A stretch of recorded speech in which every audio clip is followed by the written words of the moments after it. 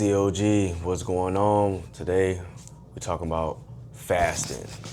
So more recently I've been fasting more, and I've been trying to live a more fasted life for God, and I've been trying to grow closer to Him.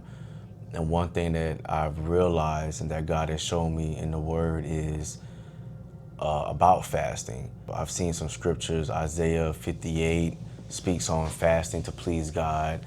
Also, I've seen scriptures and chapters, Zechariah, where he speaks on certain things as far as, are you fasting for me, or are you fasting for you and your flesh, So it brought me back to the times when I was a kid in church, and everyone would be fasting for breakthroughs. They would be fasting for a lot of things, for God to come in and intercede and to move things around in their life and do things. But this is just me personally, but I've never come across someone who fasted just for the love of God, to get closer to God, and to show God that they're willing to put their flesh on the back burner and what they want, just to please God, just to get closer to God.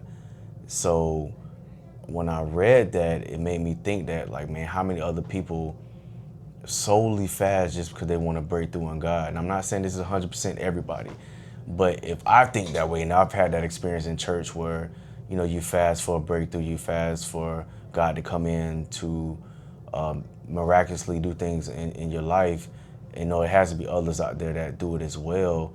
So that I wanted to challenge everyone who has that thought process, who's had that experience, to look into fasting in the Word, see what God says about fasting and how He wants you to do it for Him. So I challenge you guys to fast, and when you do your fast, to just go to God and say you're just seeking God, that you're just submitting to God, that you want to feel His presence, nothing else, and to put your flesh on the back burner, to put yourself aside every day, and when somebody needs your help, to help them with love and kindness, whether the homeless, whether they're family members. Put your own self aside. Stay blessed, COG.